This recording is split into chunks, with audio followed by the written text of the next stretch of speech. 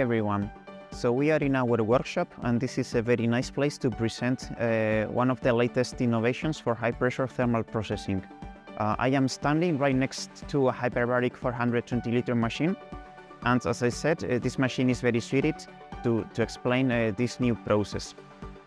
I have here this isolated canister, which can be used for high-pressure thermal processing applications. This canister can process food products up to 130 degrees Celsius or 265 degrees Fahrenheit. Okay, so the design of this canister is very simple, but there is a lot of science behind for the development of this canister. It is composed of 3 different plastic layers that give a perfect isolation to the system. We have here the inner layer, which is composed of high-density polyethylene. We have an intermediate layer, which is composed of polypropylene. And finally, the outer layer is composed of Teflon. So these 3 layers create perfect isolation for the products that we place inside. Finally, the canister is closed, as you can see here, by a piston that goes here. So this piston is also a key thing of this innovation because it moves inside the canister as we build pressure. So this is one of the reasons that, why this canister can withstand up to 6,000 bar or 87,000 psi. The big advantage of this canister is that it can be used in commercial machines, as you can see here. So even if the machine operates with cold water, the design of the canister still creates the isolation inside. Now I will explain how the process works with this canister. So this is the final position of the canister, but before that we need to prepare the system for the cycle to start. So firstly, we would need to preheat the different plastic layers of the canister with hot water with the target temperature that we want before the cycle starts. On a different tank, or it can be the same water tank, we also need to heat the products that we are placing inside. So once we have everything at the same target temperature, the canister is filled with hot water and hot product, and the piston closes the canister. You see here 2 plastic bolts that must be screwed to close the canister and to create the isolation. So once this is ready, this can be done by robots just to make the process more automatic, and you also have to consider that we are working with hot water, so robots are very convenient for these operations. And once this is ready, the canister is placed in the conveyor of the machine and is pushed inside a commercial machine. And as I said, even cold water can be used to pressurize the whole system. So now I would like to go through some slides to summarize this process. I haven't mentioned that, but the design of this canister is patented. CSIRO, the Australian Research Centre, developed this innovation, and with Hyperbaric we have an agreement for the commercialization of this type of canisters. As I said, the system is isolated and composed of different plastic layers, and the piston moves inside the canister as we create pressure, so this is perfect for food applications. Here you can see a smaller version of the canister that we use to validate the process and for trials, and the way it was preheated. We inserted hot water and we were like recirculating hot water inside the canister just to reach a target temperature.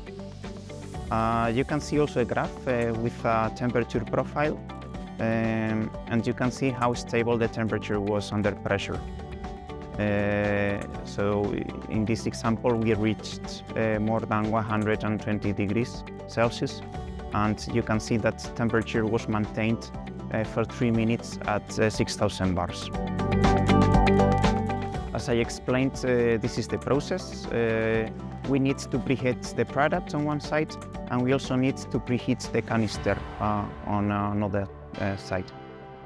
Once the system and the product is preheated, the canister is filled and pushed inside a standard HPTP machine.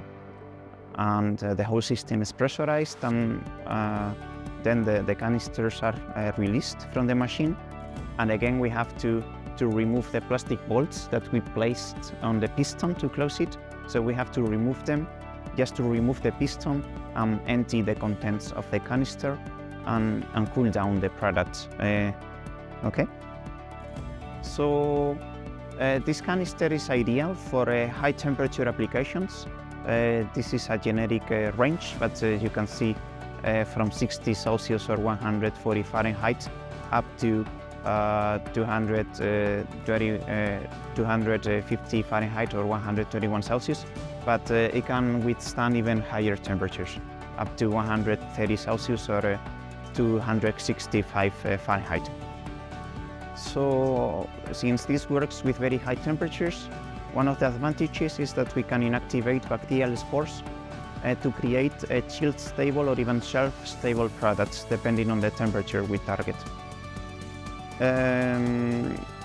We have a reduced quality loss and nutritional loss because the time that the products are under high temperatures is reduced. And there is also a potential reduction of food processing contaminants associated to intense thermal treatments. Here I show you some literature that supports this idea.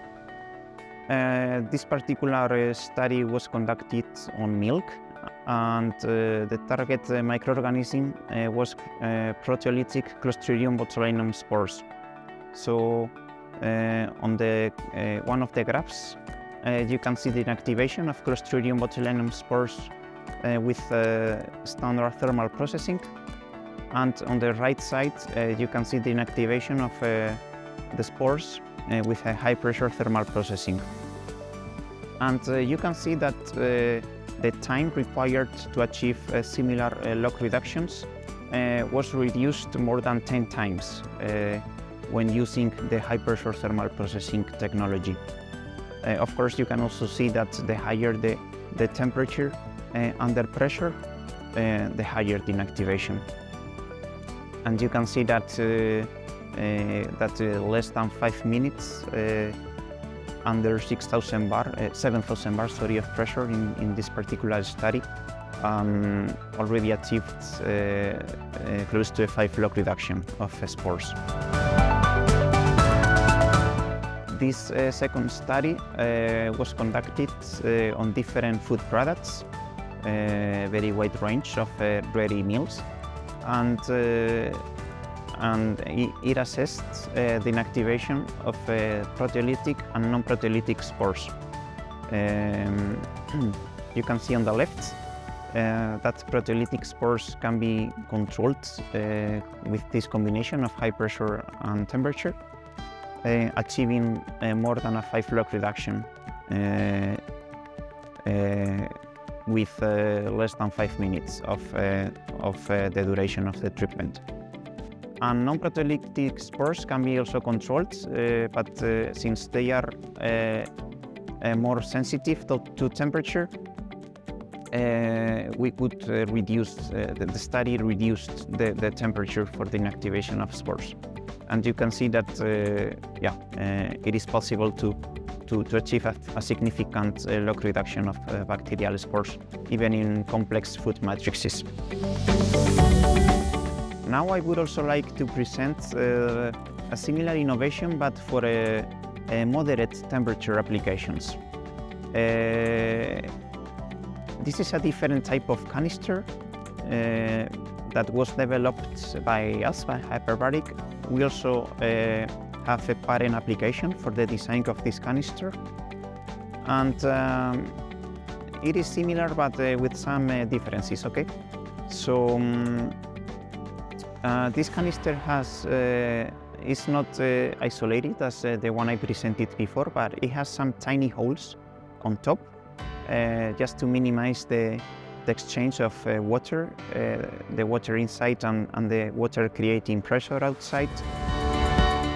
And it has a bottom plate that creates isolation.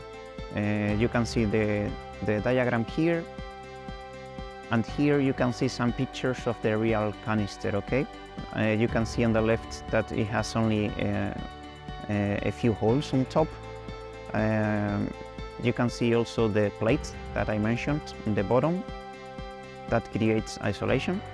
And you can see also how the canister was filled, in this case with plastic bottles of milk. Here you can see how we validated the canister. We used a thermocouple and a temperature probe that is able to withstand high pressure. So you can see here how we were placing the thermocouple in one of the milk bottles inside of the canister. And you can see also the canister was already in one of the conveyors of the machine. And again, you have a pressure temperature profile, and you can see that the temperature remained stable during holding time. Okay, so this was a cycle at 6,000 bar for 3 minutes, and yeah, the good thing is that you can see how the temperature was stable during the holding time. So the mode of operation is quite similar. In this case, everything is preheated at the same time. The canister is filled with product, and the filled canister is placed in a water bath just to reach the target temperature. Then the canister is placed in the conveyor of a standard machine and pushed inside the HPT vessel. For this particular application, the water that creates the pressure needs to be preheated as well, okay? So we have to preheat the pressurization water and the water surrounding the canister just to minimize heat exchange.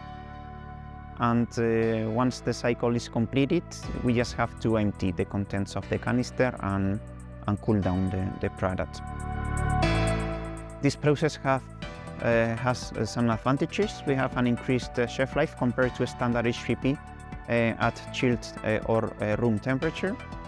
We have an enhanced pathogen inactivation on specific applications, for instance, dairy products.